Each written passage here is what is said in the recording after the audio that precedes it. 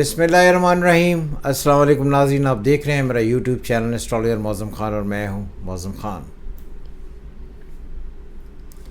आज हम एक बड़ी दिलचस्प वीडियो लेकर आए हैं हम लोगों के लिए और 4 चीज़ें हम इसमें डिस्कस करने जा रहे हैं। उन 4 चीज़ों को डिस्कस करने से पहले मैं आपको ये बता दूं कि पहले हमने एक वीडियो बनाई थी कि जून 2025 कैसा रहेगा,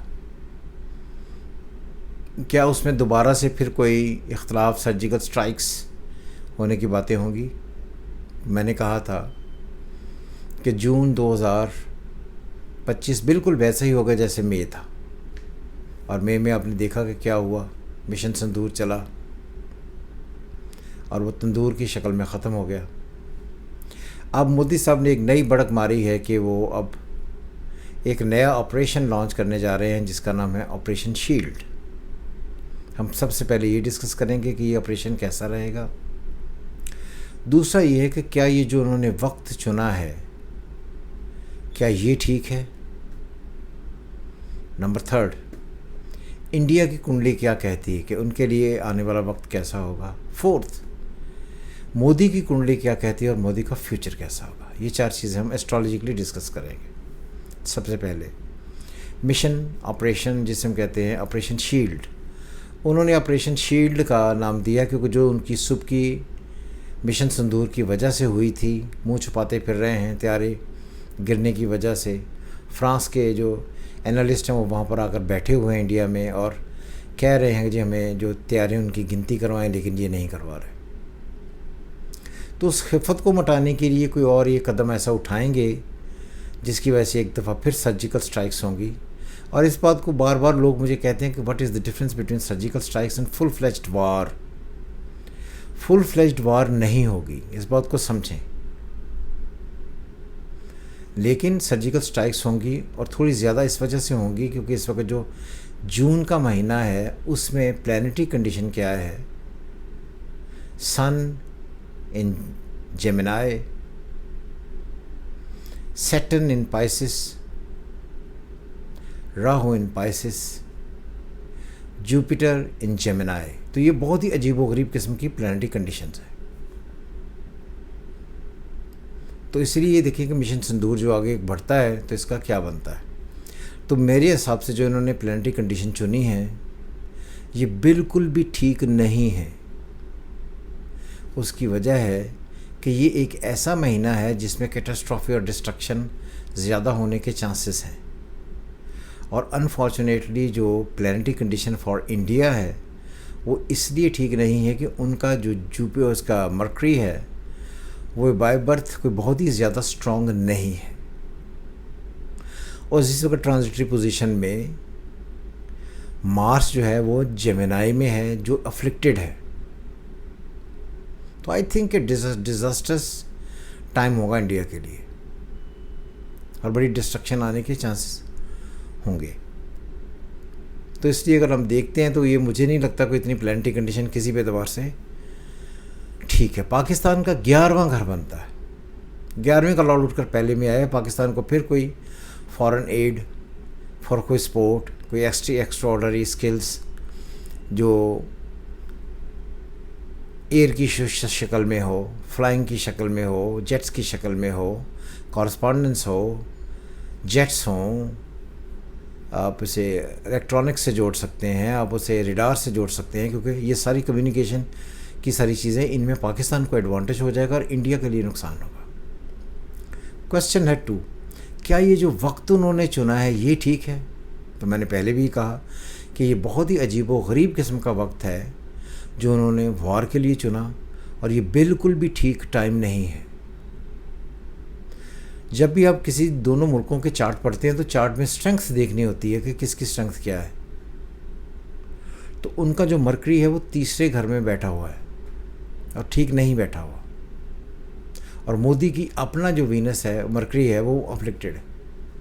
तो मोदी ने जो ये डिसीजन लिया है ये उसके गले पड़ेगा ही, ये बात गौर से सुन लीजिएगा। तीसरा question, look at India's chart.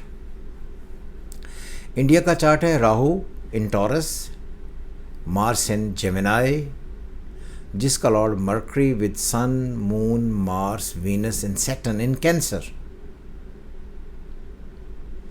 Moon in Cancer with Saturn fall में होता है। और जो सबसे इंटरेस्टिंग चीज़ है वो ये है कि जुपिटर जो है वो लिब्रा में बैठा हुआ है। तो ये जो टाइम उन्होंने चुना, ये टाइम किसी भी एतबार से बिल्कुल ठीक नहीं। और इंडिया की कुंडली बार बार ये बताती है कि उनका थर्ड हाउस अफ्लिक्टेड है बाय बर्थ। थर्ड हाउस जब भी अफ्लिक्टेड होगा बाय बर्थ तो आपकी flying, transportation, communication, media, radars, electronic का सारा सिस्टम प्रॉपर काम नहीं करेगा, जिसकी वजह से तबाही होगी। तो आई डोंट थिंक के लिए इंडिया के लिए मई, जून, मई तो खैर उधर गया, वो डिस्ट्रक्शन तय था, जून, जुलाई एंड अगस्त, ये 3 महीने किसी भी एतबार से अच्छे हैं। उन्होंने बहुत ही नेगेटिव टाइम चुना है ये सारी एक्टिविटी करने के लिए, जिसकी वजह से बहुत शदीद किस्म की प्रॉब्लम्स होंगी और तबाही उनकी पहले से ज़्यादा होगी सारे ख़ास सेक्टर में। और ये बात भी याद रहे कि जब भी बहुत सारे प्लैनेट्स इकट्ठे होकर बैठते हैं तो उनमें कुछ प्लैनेट्स नेगेटिव, कुछ पॉजिटिव होते हैं, और वो सारे के सारे इन कॉन्फ्लिक्ट चले जाते हैं जब कोई को किसी भी एक नेगेटिव प्लैनेट की तरफ से नेगेटिविटी आती है। तो ये आई थिंक डिस्ट्रक्शन थोड़ी ज़्यादा होगी। इफ़ यू सी इंडियाज उसकी मोदीज कुंडली नंबर 4, कमाली किसी जाहिल आदमी की कुंडली है। सुने कि वजह उसकी क्या है। Mercury in Virgo, Venus in Virgo, Sun in Virgo, Saturn in Virgo and Ketu in Virgo. Mercury and Ketu जो है वो अफ्लिक्टेड है,